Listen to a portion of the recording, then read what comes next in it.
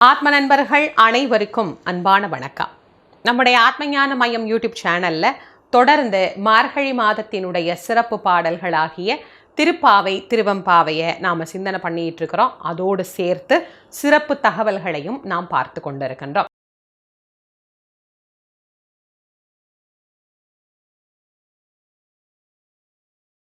இன்றைக்கு மார்கழியினுடைய 4வது நாள்.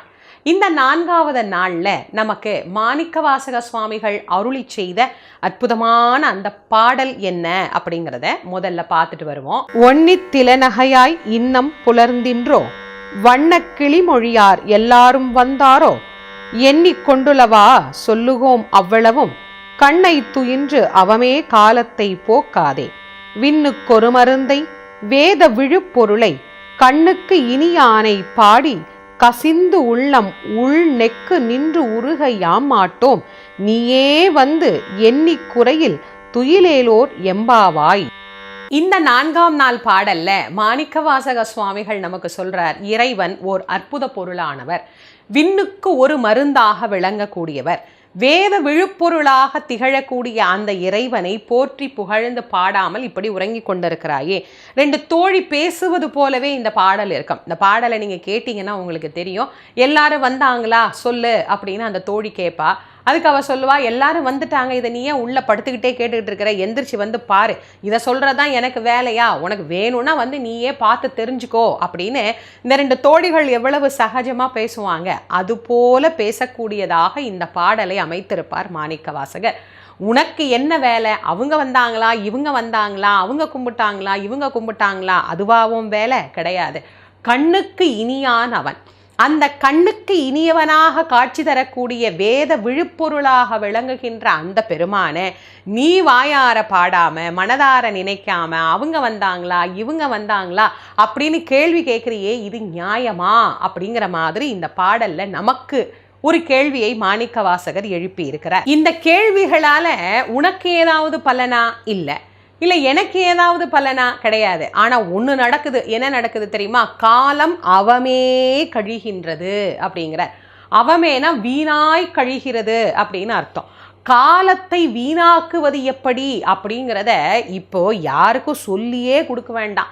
நேரம் யாருக்காகவும் காத்திருக்காது, இது எல்லாருக்குமே தெரிஞ்ச ஒரு விஷயம்தான். ஆனா நம்ம என்ன பண்றோம், அந்த நேரத்தை பயனுள்ளதாக செலவு செய்கின்றோமா அப்படின்னா கிடையவே கிடையாது.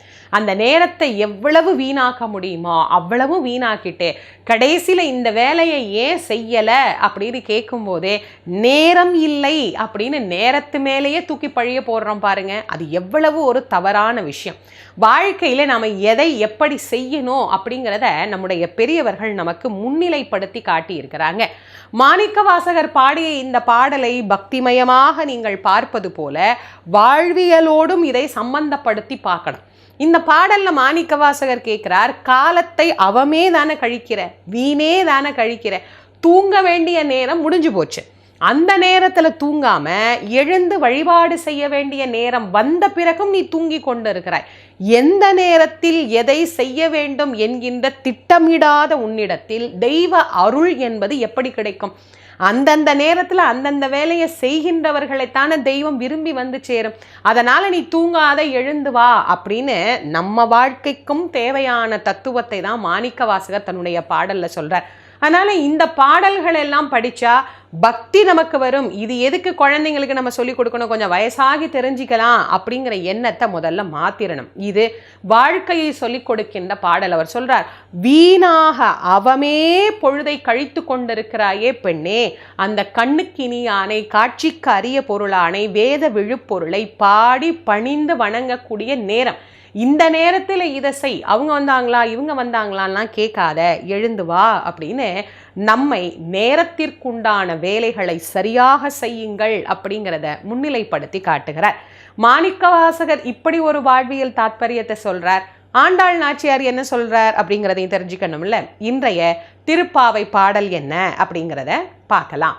ஆழிமழை கண்ணா ஒன்று நீ கை கரவேல், ஆழியுள் புக்கு முகந்து கொடு ஆர்த்தேரி, ஊழி முதல்வன் உருவம் போல் மெய் கருத்து, பாழியந்தோளுடை பத்மநாபன் கையில் ஆழி போல் மின்னி வலம்புரி போல் நின்று அதிர்ந்து தாழாதே சார்ங்க முதைத்த சரமழை போல் வாழ உலகினில் பெய்திடாய் நாங்களும் மார்கழி நீராட மகிழ்ந்தேலோர் எம்பாவாய். இன்றைய பாடல் நேற்றைய திருப்பாவை பாடலோட கொஞ்சம் தொடர்பு படுற மாதிரி தெரியுதா? ஆம், நேற்றைய பாடல்ல மாதம் மும்மாறி பெய்யணும் அப்படிங்கிறத நமக்கு சொல்லியிருந்த. இப்போ அந்த மழையினிடத்திலேயே பேசுகிறார். அதாவது ஆண்டாள் நாச்சியார் மழைக்கு அதிபதியான தெய்வத்தை பார்த்து சொல்றார், ஏ மழை கடவுளே, உன்னுடைய மழை எல்லாத்தையும் கொண்டு போய் நீ யார்கிட்ட கொடுக்குற? நாராயணர்கிட்ட கொடுத்துரு. கொடுத்துட்டீன்னா அவர் இந்த உலகத்துக்கு அதை மிகச்சரியாக கொடுப்பார். எப்படி கொடுப்பார்? மேகம் கருத்து போய் அந்த கரிய மேகம் என்பது அவருடைய திருமேனியாக அங்கே வர்ணனை செய்கின்றார். அந்த கரிய திருமேனி போல அங்கே மேகம் கருத்து போகின்றது. சுவாமியினுடைய அந்த திருமேனியில ஒரு பக்கம் சங்கு, ஒரு பக்கம் சக்கரம், இது ரெண்டுமே இருக்கும். இந்த சங்கு சக்கரம் அப்படின்னு இருக்கக்கூடிய இரண்டையும் அந்த மழையோடு ஒப்பிடுகிறார். எப்படி ஒப்பிடுகிறார்?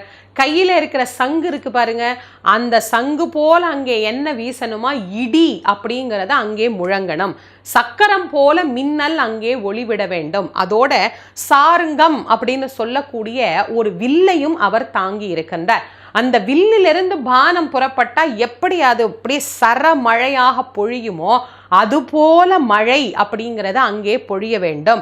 இப்படி மழை பெஞ்சா ஏரி குளம் கம்மானி எல்லாம் நிறைஞ்சு போயிடும்.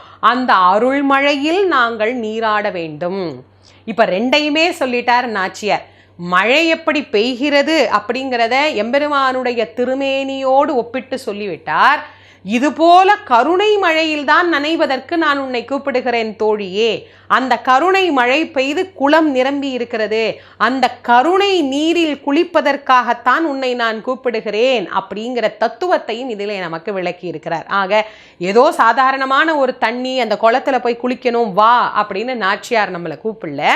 அருள்மழை, நாராயணரின் அருள்மழையில் முழுவதுமாக நனையணும் வா அப்படின்னு நம்மை அழைப்பதற்காகத்தான் இந்த பாடல்ல மழையோடு இறைவனுடைய அருளை ஒப்பிட்டு நமக்கு சொல்லி இருக்கிறார்.